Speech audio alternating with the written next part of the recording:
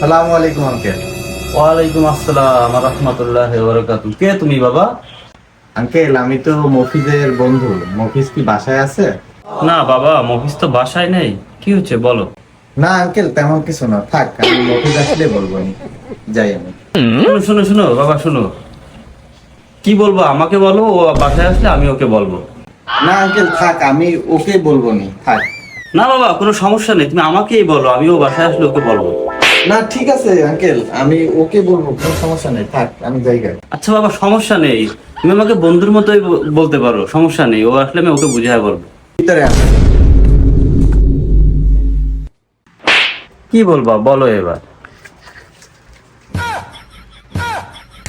শালা তুই আমার টাকা দিস না?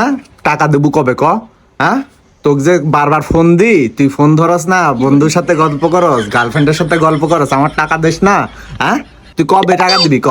হ্যাঁ, কতবার তো ফোন দেওয়া লাগে? শালা তুমি ওই জায়গাত মারাও, ওই জায়গাত মারাও, আর আমার টাকা দাও না। টাকা কবে দিবি তাড়াতাড়ি ক। আঙ্কেল এটাই বলার ছিল, আর কিছু না।